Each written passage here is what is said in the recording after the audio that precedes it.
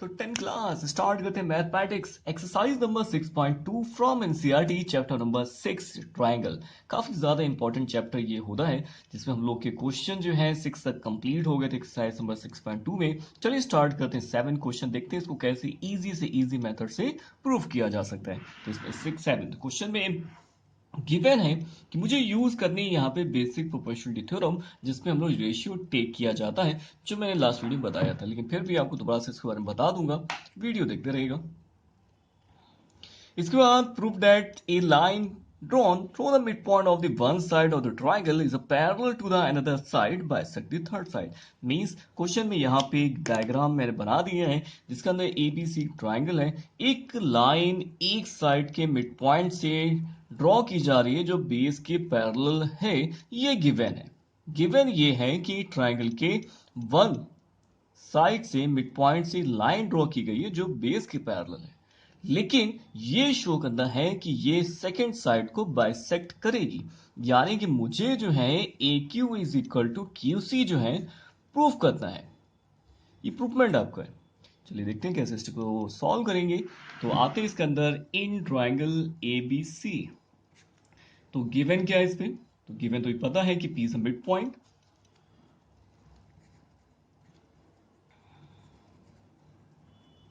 Of A B. तो A B line का mid point दे रखा है, इसका मतलब ये है कि ए पी जो है पी बी के इक्वल है, इसको नंबर 1 मान के छोड़ देते हैं। और साथ में मुझे ये भी दे रखा है कि जो पी क्यू लाइन है वो पैरेलल है किसके? बेस के। और उसके बाद शो क्या करता है? तो शो ये करना है कि Q is the mid point of the A C.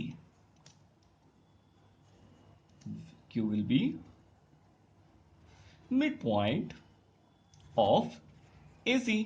Means मुझे यहां दिखाना है A Q is equal to Q C. तो देखते हैं कैसे उसको लेके आते। तो आते हैं इसमें सॉल्यूशन पे, या कि ये सब चीजें आपको लिखनी होती है in the triangle given show that, पे निकालते हैं इसका सॉल्यूशन। तो उसके लिए हम लोग यहाँ पे अप्लाई करते हैं बाय बीपीटी। तो बीपीटी क्या होते हैं? बीपीटी एक ऐसी थ्योरम है जिसमें ट्रायंगल में अगर एक लाइन है तो वहां पे सिमिलर ट्रायंगल के कोरस्पोंडिंग साइड का रेशियो इक्वल हो। तो चलिए मैं टिक करके दिखा दूं। यहाँ पे देखिए, यहाँ पे गिवन है कि पी क्यू जो लाइन है पैरेलल है बीसी के, तो इसलिए हम इन ट्रायंगल रेशियो टेक कर सकते हैं किस तरह से? A P upon P B. Okay, उसके बाद हम लोग यहां टेक करते हैं A Q upon Q C. ये रेशियो टेक कर लिया। इसके बाद ये रेशियो टेक करने के बाद हम लोग जानते हैं यहाँ पे जो ए पी लाइन है वो पी बी के बराबर है। जब ये इक्वल है तो यहाँ रिप्लेस कर देते हैं, हम लोग पुट कर देते हैं A P is equal to P B upon P B. तो A Q upon Q C. P B cut, बचा क्या? A Q upon Q C. अगर हम लोग यहाँ क्रॉस मल्टीप्लाई करेंगे तो क्या रिजल्ट आ जाएगा? Q C is equal to A Q. तो यानी कि यहाँ पे वो चीज प्रूफ हो गई है जो हम लोग को यहाँ पे प्रूफ करनी थी। क्या प्रूफ करना था? A Q is equal to Q C. तो यानी कि रिजल्ट यहाँ निकलता है hence Q is a mid point of A C. तो इस तरह से ये बीपीटी के जरिए प्रूफ हो चुका है कि when a line is passing through the one side mid point of the one side and parallel to the base is bisect the third side. तो इस तरह से कंप्लीट होता है, लिख लीजिए। चलिए स्टार्ट करते हैं नेक्स्ट क्वेश्चन, क्वेश्चन नंबर 8। तो स्टार्ट करते हैं क्वेश्चन नंबर 8। ये उसका कन्वर्स है जो क्वेश्चन अभी मैंने यहाँ पे क्वेश्चन नंबर 7 सॉल्व करके दिखाया था। Using the converse of the basic proportionality theorem prove that the line joining the mid point of the any two side of the triangle is parallel to the third side. Means यहाँ पे हम लोग को show करना है कि जो ये लाइन होगी जो मिड पॉइंट को मिलाने से बनी है वो पैरेलल होगी थर्ड साइड यानी कि बेस के। और गिवन क्या है? तो गिवन ये है कि P is the midpoint of AB and Q is the midpoint of AC। ये गिवन है यहाँ पे।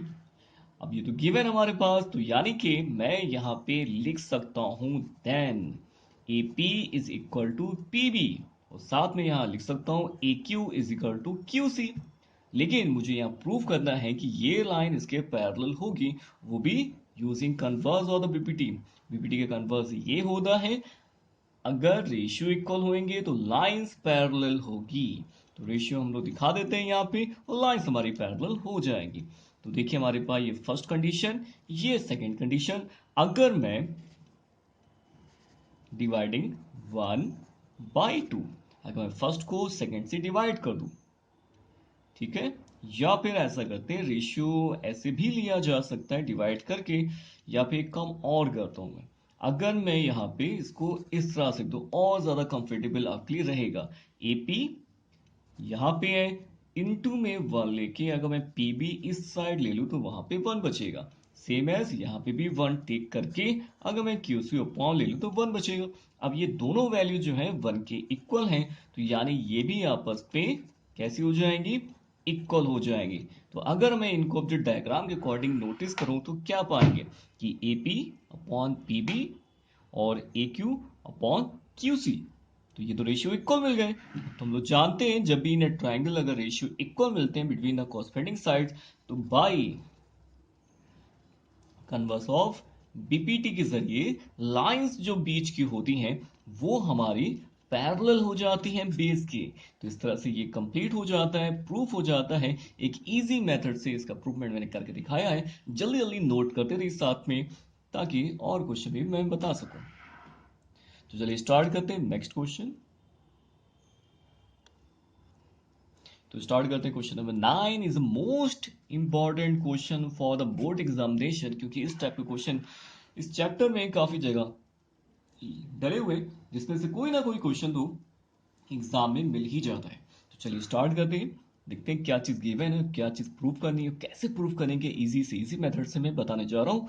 ABCD is a trapezium. ABCD क्या ट्रेपेजियम है जिसमें एक दो लाइंस पैरेलल हैं। AB is parallel to DC and there is a diagonals is each other at O।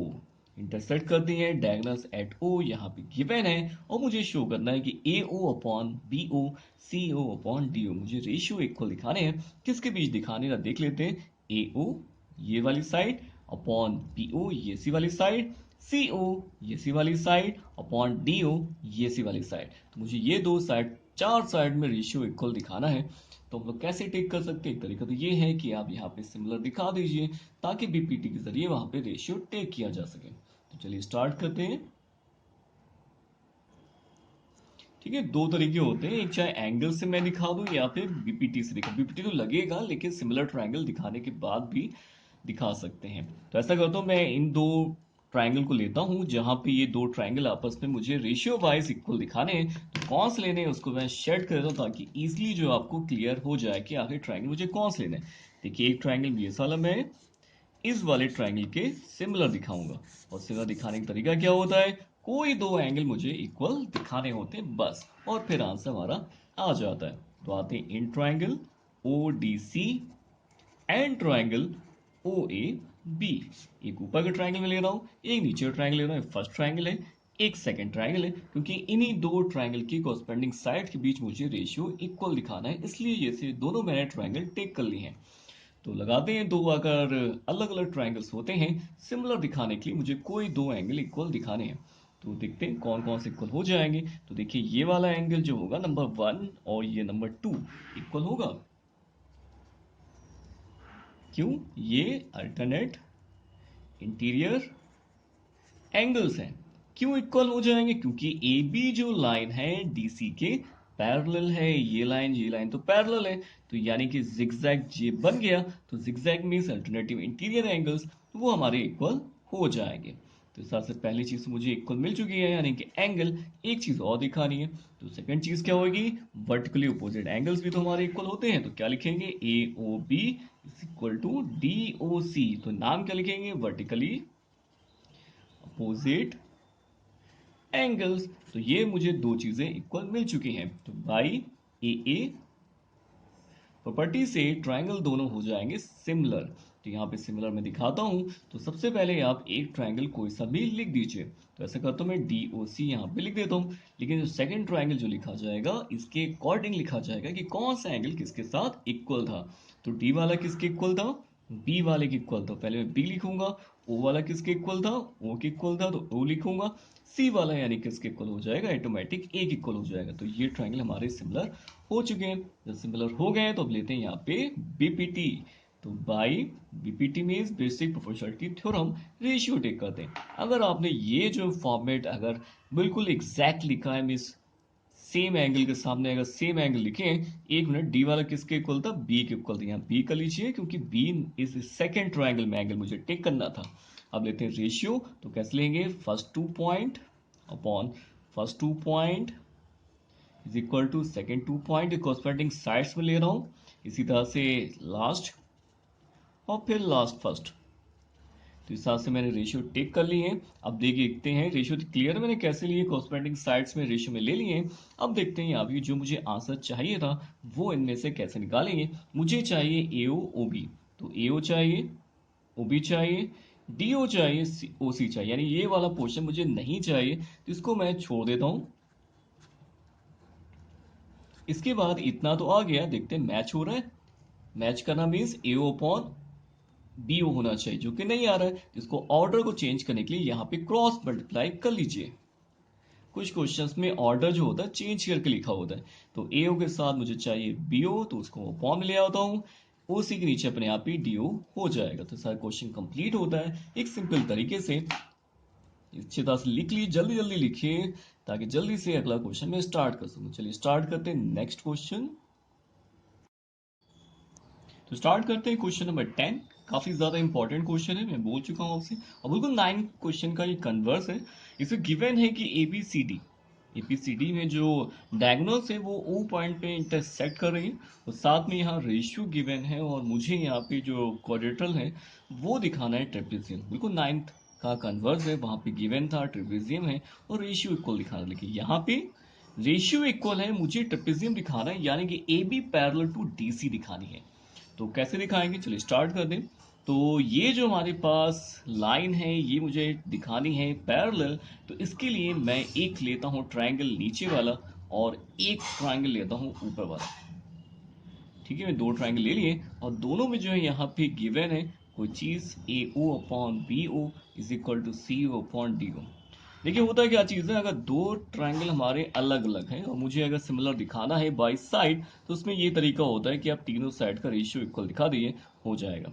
या फिर दो साइड का रेशियो दिखाइए और एक एंगल इक्वल दिखाइए तो हो जाता है, या फिर दो एंगल इक्वल दिखा दे। तो तीन मेथड होते हैं आप कोई भी दो ट्रायंगल सिमिलर दिखाने के लिए। तो यहाँ पे मुझे दो साइड का रेशियो इक्वल दे रखा है, लेकिन ये जो रेशियो है वो कॉरस्पेंडिंग साइड नहीं है, इसलिए उनको ऑर्डर चेंज करने के लिए मैं यहाँ पे क्रॉस मल्टीप्लाई करके ऑर्डर ठीक कर रहा हूँ। एओ अपॉन क्या होना चाहिए, ओ सी होना चाहिए, और B O upon D O होना चाहिए। देखिए ये बी है, ए ओ अपॉन ओ सी, यानी एक इस ट्रायंगल की साइड होनी चाहिए, एक इस ट्रायंगल की साइड होनी चाहिए, सेम एज यहाँ पे भी एक फर्स्ट ट्रायंगल की साइड होनी चाहिए, दूसरी सेकंड ट्रायंगल की साइड होनी चाहिए। तो ये हमारे पास रेशियो आ चुका है साइड का। तो यानी मुझे एक एंगल से इक्वल दिखाना है जिससे ये दोनों ट्रायंगल हो जाएंगे सिमिलर।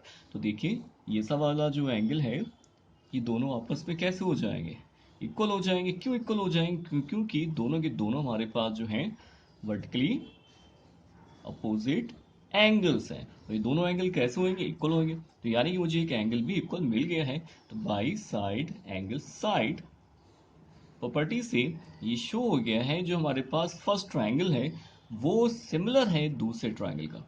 या कि मैं कॉन्ग्रुएंसी नहीं प्रूव करी है, मैंने सिमिलरिटी यहाँ प्रूव करी है, जिसके अंदर साइड में सिर्फ रेशियो इक्वल दिखाना होता है, एग्जैक्ट साइड इक्वल नहीं दिखानी होती है। और अगर दो साइड का रेशियो इक्वल दिखाते हैं तो मुझे एक एंगल इक्वल दिखाना होता है, वो भी इन दोनों रेशियो वाली साइड के बीच का होना चाहिए। तो देखिए बिल्कुल एग्जैक्ट इन दोनों साइड के बीच का ही एंगल मुझे इक्वल मिल चुका है। तो यानी कि ट्रायंगल हमारा सिमिलर हो गया है, लेकिन ऑर्डर में लिखना बचा हुआ है। तो ए ओ बी, तो ए ओ बी जो ट्रायंगल होगा किसके इक्वल हो जाएगा, एक तो ओ के बीच में आएगा, और उसके बाद ए बी का जो रेशियो था ओ सी के साथ था। तो ए बी ओ सी, तो ए बी के सामने कौन सा एंगल है, बी, ओ सी के सामने कौन सा एंगल है, डी, यानी कि बी और डी हमारा कॉरस्पेंडिंग एंगल्स होगा, और ये वाला एंगल जो होगा सी के साथ आएगा। तो ये तो रेशियो टेक कर लिया मैंने। अब इसके अकॉर्डिंग हमारे पास कुछ एंगल इक्वल आ जाएंगे। कौन से एंगल इक्वल आ जाएंगे, ए वाला जो होगा by taking corresponding angle। तो कॉस्पेंडिंग एंगल लेंगे तो एंगल ए जो होगा एंगल सी के इक्वल हो जाएगा। तो एंगल ए अगर एंगल सी के इक्वल है तो इसका मतलब ये है कि लाइंस हमारी हो जाएंगी सो पैरेलल। क्यों पैरेलल होगी? क्योंकि अल्टरनेटिव अगर एंगल्स इक्वल होते हैं तो लाइंस हमारी हो जाती हैं पैरेलल। We no